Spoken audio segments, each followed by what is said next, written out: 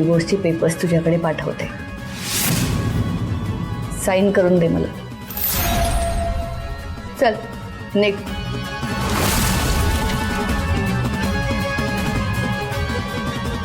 जाणारच आहे, पण जाण्याआधी जे बोलायला आले होते ते मी बोलेन आणि मग जाईल.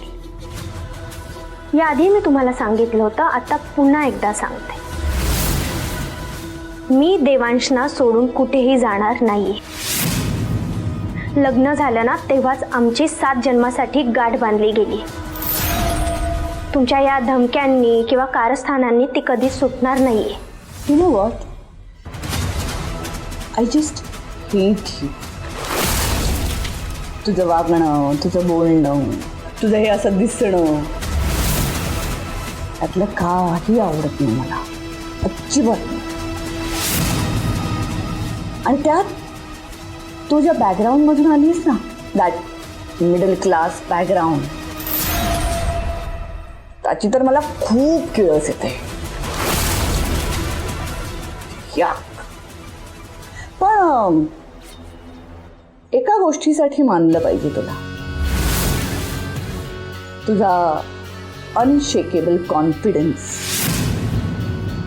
देवांशला घराबाहेर जावं लागलं तुझ्यामुळे, त्याला वॉचमॅनची नोकरी करावी लागली तुझ्यामुळे, खाण्यापिण्याचे वांदे झाले तुझ्यामुळे. पण तू, काय हिम्मत आहे तुझी, अनशेकेबल. हिम्मत नाही हरत ना तू. 1 नंबरची हट्टी मुलगी आहेस. ज्या गोष्टीला तुम्ही हट्ट म्हणतायत ना, त्याला आमच्या भाषेत प्रेम म्हणतात. ओ कम ऑन, तू काय आता इथे परत प्रेमाचे गोडवे गाणार आहेस का? अजिबात नाही. मी तुम्हाला समज द्यायला आली. Come again. समज मला. हां, इंटरेस्टिंग. बघू तरी काय समज देणार आहेस तू. तुमच्या आणि देवांशच्या नात्यात दुरावा आलाय ना, पण अजूनही वेळ गेलेली नाहीये.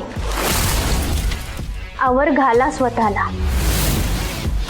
नाहीतर एक दिवस असा येईल ना, त्या दिवशी देवांश तुम्हाला आई तर सोडाच, साधी ओळख सुद्धा देणार नाही. चल ना, गप बस ना आता. मला गप्प बसून काही उपयोग होणार नाहीये मॅडम. तुमच्या आणि देवांशच्या नात्यात दुरावा येऊ नये ना, म्हणून इतक्या दिवस मी तुमचं सगळं वागणं सहन केलं. पण आता नाही, आता खूप झालं. शेवट सहनशक्ती संपली आहे माझी.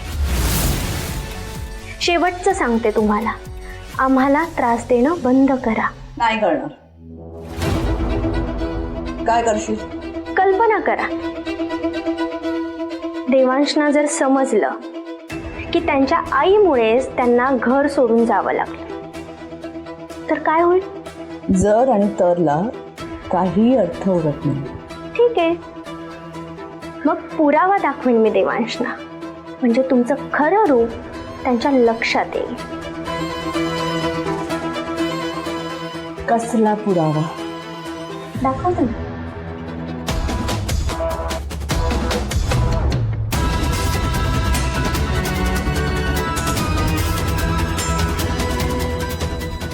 पुरावा आहे ना एकदम हुबेहूब ओमकार आणि अंजली जहागीरदारचं लग्नाचं सर्टिफिकेट.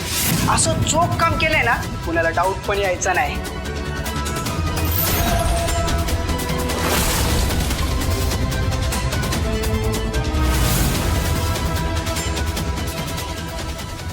हे कुठून मिळालं तुला? ते महत्वाचं नाहीये. आता तुम्ही स्वतःची चिंता करा. देवांशना सोडून जाण्यासाठी 24 तास दिले होते ना तुम्ही मला. आता मी तुम्हाला 24 तास देते. 24 तासांच्या आत अंजलीचं सत्य सगळ्यांसमोर उघड करा, नाहीतर हा व्हिडिओ मी देवांशना दाखवेन आणि मग त्यानंतर जे काही होईल त्याला जबाबदार तुम्ही असाल.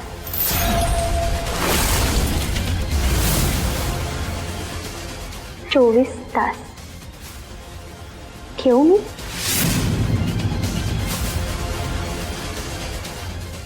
येते.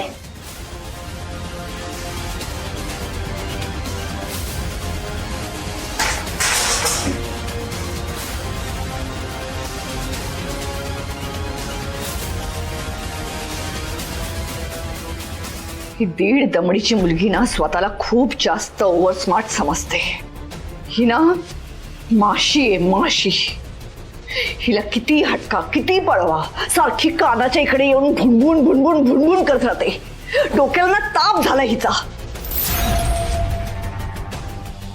हिचं काहीतरी करायला हवं. हिला किती चान्स दिले ना तरी ही काही सुधारणार नाही. हिचा ना कायमचा बंदोबस्त करायला हवा आता, कारण आता ही डोई जड व्हायला लागली मला. माझ्या आणि देवांशच्या मध्ये येते ना ती. हे नाही सहन करणार मी. आई म्हणून माझ्या इमेजला धक्का लागलेला मला सहन होणार नाही, आणि ते जपण्यासाठी मी वाटेल ते करेन. आता हिचा कायमचा बंदोबस्त करायला हवा.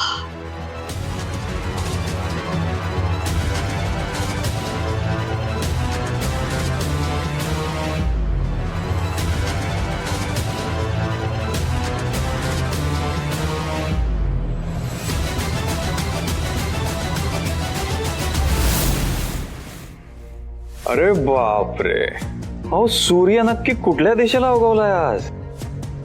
चक्क भैरवी जहागीरदारांना माझ्यासारख्या गरीबाची आठवण यावी. काय मॅडम, किती वाट बघायला लावली तुम्ही. तुझी फालतू बडबड ऐकायला फोन नाही केलाय मी.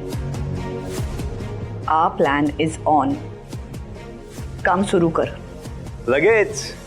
पडत्या फळाची आज्ञा. आणि एक गोष्ट लक्षात ठेवायची, या सगळ्यामध्ये देवांशा केसालाही धक्का लागला नाही पाहिजे. नाहीतर मी तुला सोडणार नाही.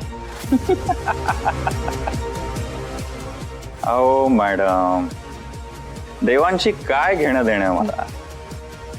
मला हवं ते मिळालं ना, देवांशकडे बघणारही नाही मी. एक काम करू, काम पूर्ण झाल्यावरच बोलू आता डायरेक्ट. ठेवतो.